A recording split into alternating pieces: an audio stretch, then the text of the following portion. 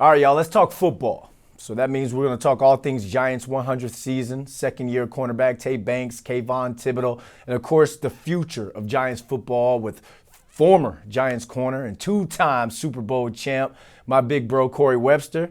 Webby, what's going on, man? How you feeling? Thanks for hopping on with us this morning. Man, it's great, man. I'm a little cold out here in Texas, but feeling great. You're looking great, sharp as always.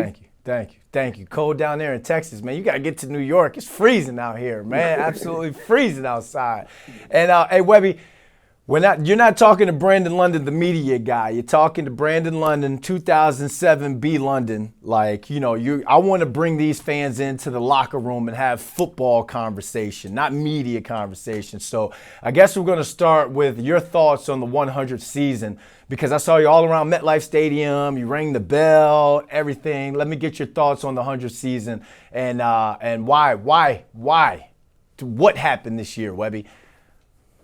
Well, with the 100th season, I think they did a good job of having a beautiful rollout for not only the players, but I think the fans. I had to tell a lot of the fans that I just appreciate them so much, because you never know it until you're moving around and you get to interact with them and you see how much that, they sacrifice to be there with us and to support us. So I enjoyed every step of that. I think the Giants did a great job of rolling it out and, having things set up that kind of interact the players with the fans a lot. So I think that was a beautiful season. Now, on the other side, we would like to have, one more games or did something special with this season. But needless to say, I think the fans enjoyed it. And I think all of the players enjoyed being a part of the 100th season and, show you that we are not only just a great franchise in football, but also one of the top franchises in all the sports.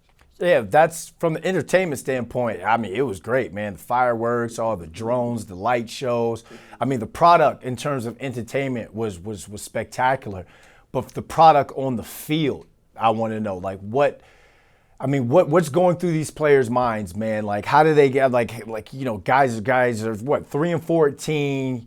We didn't see anything leak out in terms of guys arguing or anything like that. No back and forth, which was great.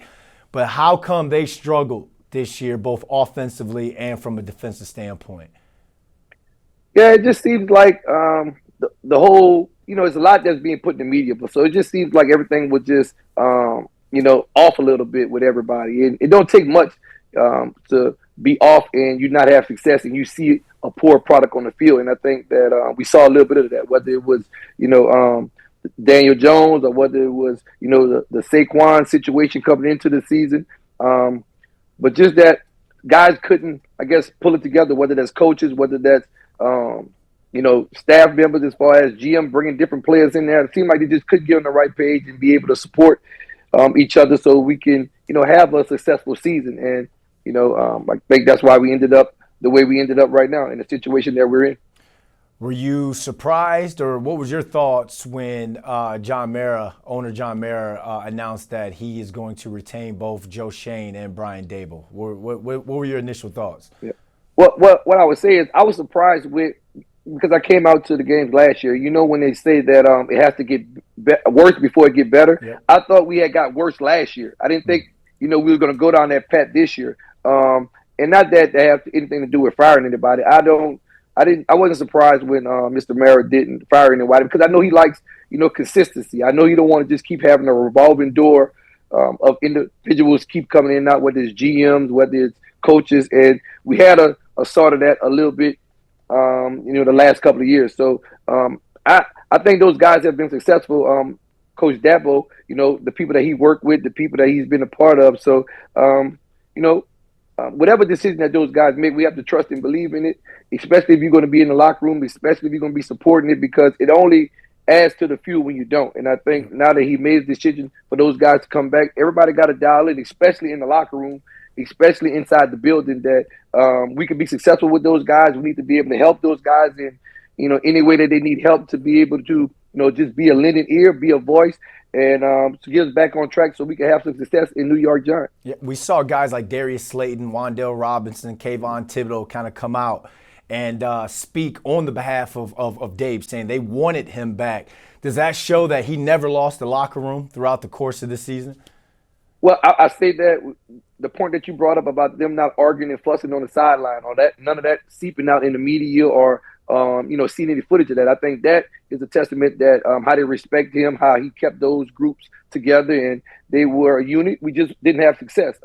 And not to throw Coach Coughlin out there, but it was time that they called for Coach Coughlin's job, and that they wanted him gone, and we stuck with him, and he was able to, get to the top twice. You know what I mean? So, you never know. And when you have the support of each other in the locker room, that's why we became the Road Warriors. You know what I mean? Because everybody was on the same page. It doesn't matter if you were the training staff, the videography staff, practice players, starters. Everybody went out there and prepared and got everybody ready for the game. And ultimately, we ended up having success doing it that way. From a player standpoint, you talked about, you guys heard the noise of people calling for Coach Coughlin's job. Talk through it. Talk to the people right here, all the fantasy GMs and all out there.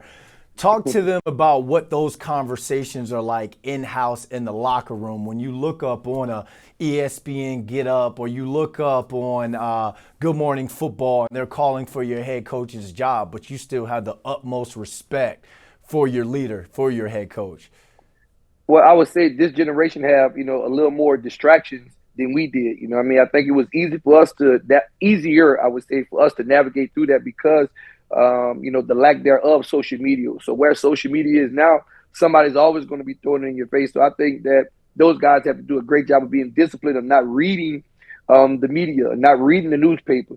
And that goes both ways, not reading it to say how good you are, not reading it to say how bad you are. Just know that you and that collective group is somewhere in between, working to be better every single day. And I think that comes with blocking out those distractions. And so it was easy for us to have those conversations because it was like, hey, man, don't believe what they say.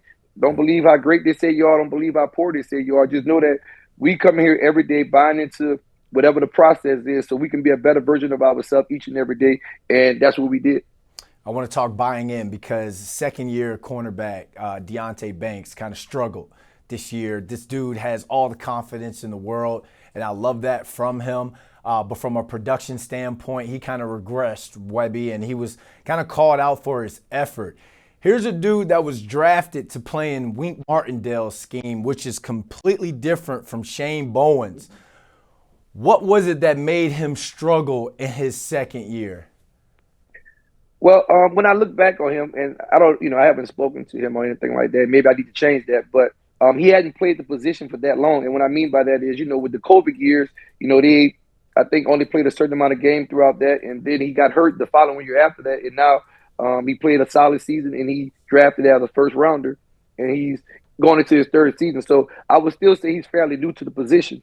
And there's still a lot of upside to him to get better, to improve. What I would do if I was in this situation, and what I did as a third-year player, is take all the footage, watch my good, watch my bad. Also get film on, and this is where I put the videographer people to work.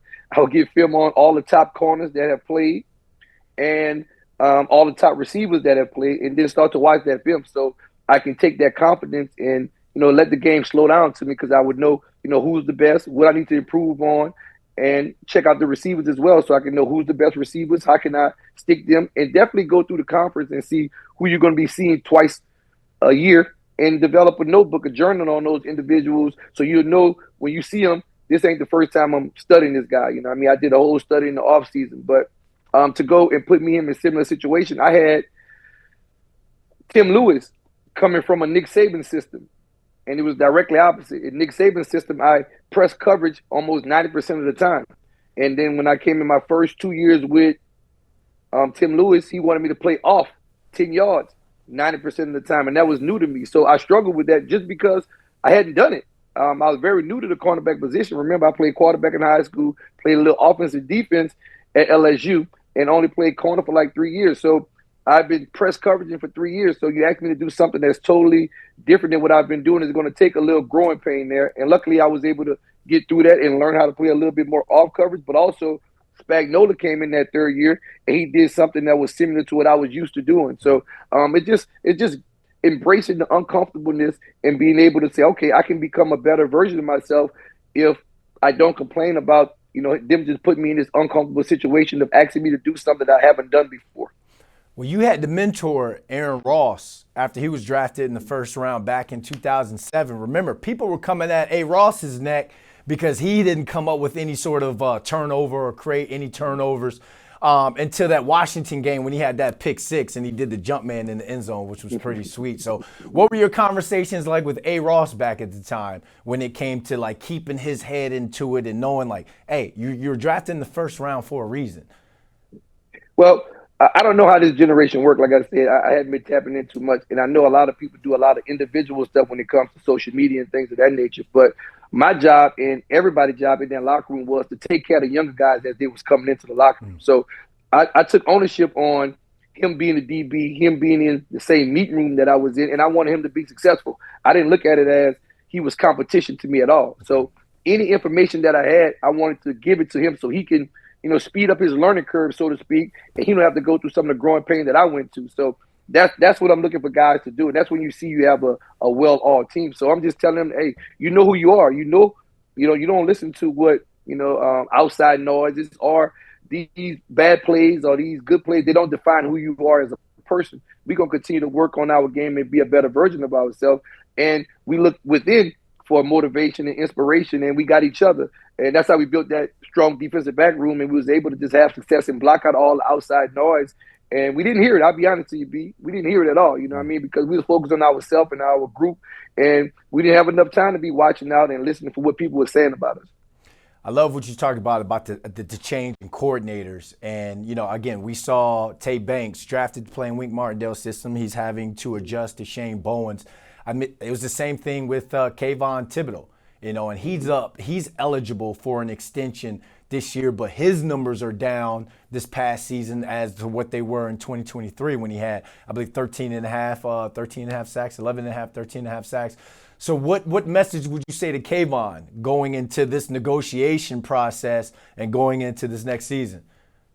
Yeah, well, I think it's all a product of, I'm going to throw it away a little bit, NIL and transfer portal. When things get hard, we could just leave and go somewhere else, right? We didn't have that luxury. Michael Strahan was asked to do something different. O.C. Umenyiora was asked to do something different. Justin Tuck, Champ, Barry Kofi, all those D linemen was playing a different system. They was asked to do something different. So I would tell those guys that embrace the new, embrace the uncomfortable situations, because in order to transform and be a better version of yourself, it has to take some uncomfortableness in order to grow and evolve. A butterfly, caterpillar kind of effect, you know what I mean? If you don't go through that transformation, it's hard for you to get where you're going. Just because the coaches may be putting you in a situation that's comfortable for you, that may not be conducive to the success of the team and or for yourself. So embrace the uncomfortable situation, trust and believe in the process, and you too can make that process a part of who you are and be successful in it and do whatever it is that you're trying to do if you really sit back and understand what's going on. Let's look ahead to the future. Are there any core pieces on this team that you'd be excited to build around for the future? And what do you think that the Giants are going to do in free agency and the draft? Well, I think everybody is expecting, a quarterback to be somewhere along the way. I'm not sure. I just think that, the guys that's been there and been in that locker room, they know exactly what, the noise is, right? So, I never thought that they'd be drafting Aaron Ross. I never thought that they'd be drafting a T2, you know what I mean? Yeah. So what I did was I control what I control. So I don't want to put no speculations out there for those players, because then they start expecting GMs or people to do that, and when that don't happen, they felt like they're let down. Like we need to do this. I want them to buy into whoever they bring in the locker room, that's going to be a brother. It's our job to take care of them and to help them navigate along the way. And if they brought that piece in the locker room, they brought it in for a reason, and we want to be successful for that reason. Because I don't want people to keep saying, "Well, we should have got a quarterback. We didn't get a quarterback. We needed a running back. We needed an offensive lineman," and we start off the offseason in a bad direction. So whatever pieces that we do go and get, we embrace them and help them however we can help them. And we control. We can't control who we're going to bring in the locker room, but we can control how we respond to it and how we embrace them and how we choose to be positive and help them along the way. Weber, you were talking about Spags earlier. He's about to get an interview with the Jets. I mean, do you think it's time for Steve Spagnuolo to be a head coach again? Well, I don't know, and I think that's very touchy too, because you could be a head coach for one season. If you don't get the results that they're looking for, you can be gone. So I think even those head coaches like Coach Spags, I think it's important for them to make the right decision and know what situation that they're going to in order to have ultimate success. I think being around the Giants, also going into his experience with being a head coach at the St. Louis Rams, now the Los Angeles Rams. And what happened to him in New Orleans, I think he's learned a lot from those situations. So I would say that, he see what happened to the federal chief offensive coordinator the last couple of years, who we thought should get an opportunity to coach, somewhere and be a head guy. And he then went to the college. Eric Bieniemy, I couldn't say his name. Thank you, B. London. Eric Bieniemy, and he went and kind of moved, lateral movement, and now he's, just been relieved of his duties at UCLA. So I think Coach Spags is going to do a great job of making sure that he gets in the right situation that's successful for him, and not just jumping at the first job, head coaching job that he, get offered. Yeah, because you talked about being one and done. Our big homie Antonio Pierce was one and done with the Raiders. Yep. I think it's complete BS. But what are your thoughts on the Raiders firing Antonio Pierce after one season?